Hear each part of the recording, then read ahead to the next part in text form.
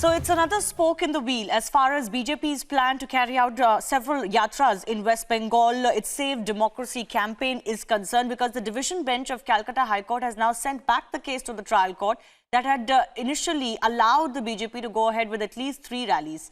The court has now quashed a single bench verdict permitting the BJP Rath Yatra, and it has asked the trial court to once again look into the intelligence reports on the basis of which the division bench seems to be saying that certain restrictions do need to be placed on these yatras. My colleague Amita has been tracking development in the court. Amita, break down the details for us. Exactly why is the division bench, which was approached by the state now, quashing the order of the trial court and also sending it back to them?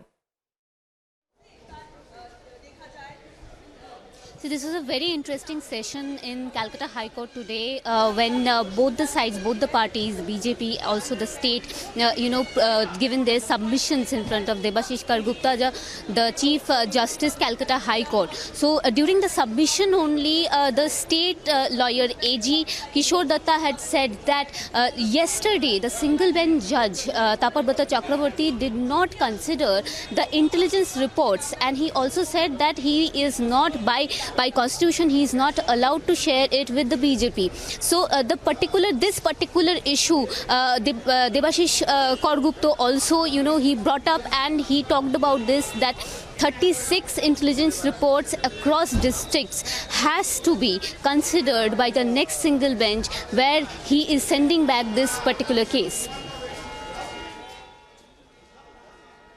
So, Amita, the question is that when the trial court was hearing this and the local administration had raised objections to this Ratra, why were these reports not presented? Or were they?